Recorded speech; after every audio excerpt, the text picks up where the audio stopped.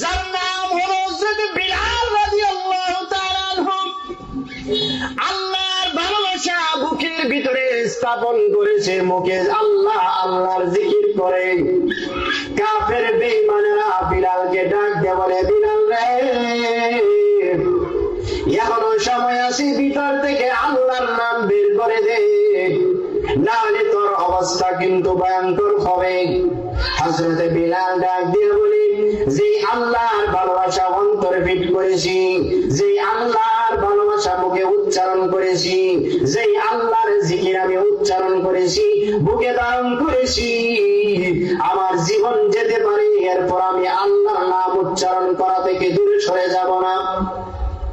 কাফের বেঈমান লোক বিলালের হাত পা বেঁধে উপুত করে মরুভূমির বালিতে শোয়াইয়া চাবুকের আঘাত পিঠের উপরে ফেলতে থাকে। এমন জোরে আঘাত করে যুবকদেরকে লিলিয়ে দিয়েছে, বিলালকে আঘাত করতেই থাকবি, যতক্ষণ না হুঁশ থাকবি ততক্ষণ আঘাত করবি। যদি আল্লাহর নাম মুখ থেকে উচ্চারণ বন্ধ হয় তাহলে আঘাত বন্ধ করে দিবি, আর যদি উচ্চারণ বের হয় আঘাত করতেই থাকবে, করতেই থাকবে। এই খবরটা নবীর কাছে চলে গেল। নবীজি কাঁদতে আরম্ভ করলেন, ব্যথা পেলেন, দুঃখ পেলেন, ডাক দিয়ে বলে, কে আছো রে? আমার বিলালকে কাফেরদের হাত থেকে মুক্ত করে নিয়ে আসবাম। নবীর একজন সাহাবী উনি দাঁড়িয়ে গেলেন, যার নাম হলো হযরত আবু বকর সিদ্দিক।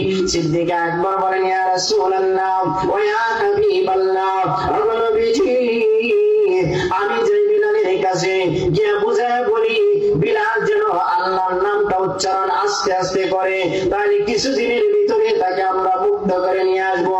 এখন যদি উচ্চ আওয়াজে জিকির করে তাহলে তো কাফেররা তাকে আরো আঘাত করবে, মারধর করবে। হযরত বিলালের কাছে কানে কানে গিয়ে আবু বকর সিদ্দিক রাদিয়াল্লাহু তাআলা আনহু বলেন, রে ভাই বিলাল, আমার আল্লাহর প্রতি যে ঈমান আনছো, ওই আল্লাহকে জোরে ডাক দিল শুনে, আস্তে ডাক দিল শুনে, লা ইলাহা ইল্লাল্লাহর জিকির যদি আস্তে করো তাহলে তো আমার আল্লাহ শুনে, জোরে করলো তো শুনে, তুমি আস্তে করো তাহলে তো কাফেররা তোমাকে মারধর করবে না। বিলাল হাসি মুস্কি এসে বলে, ভাই আবু বকর, আপনি জানেন না আমি যে আল্লাহর প্রেমে পড়েছি, যে আল্লাহকে ভালোবেসেছি, যে আল্লাহর প্রেম ভালোবাসা আমার অন্তর ফিট করেছি, ওই কাফের বেঈমান যখন আমাকে মারধর করে আমার ব্যথা শুরু হয়ে যায়, রক্ত বের হয়, ব্যথায় যখন আমি অস্থির, কে যেন আসমান থেকে ডাক দেয়, আরে বিলাল,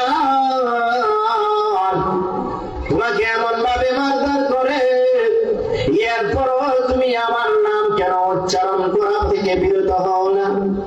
বিলাল ডাক দিয়ে বলে, আল্লাহ, আমাকে যখন আঘাত করে, আমাকে যখন মারধর করে, আর আমার যখন ব্যথা লাগে, আপনি যখন আমাকে ডাক দেন, ডাকটা দিতে দেরি হয়, আমার ব্যথা কষ্ট সব দূরে সরে যায়, তখনই আমার মুখ থেকে উচ্চ আওয়াজে বের হয়, লা ইলাহা ইল্লাল্লাহ, লা ইলাহা ইল্লাল্লাহ, লা ইলাহা ইল্লাল্লাহ, মুহাম্মাদুর রাসূলুল্লাহ সাল্লাল্লাহু আলাইহি ওয়াসাল্লাম।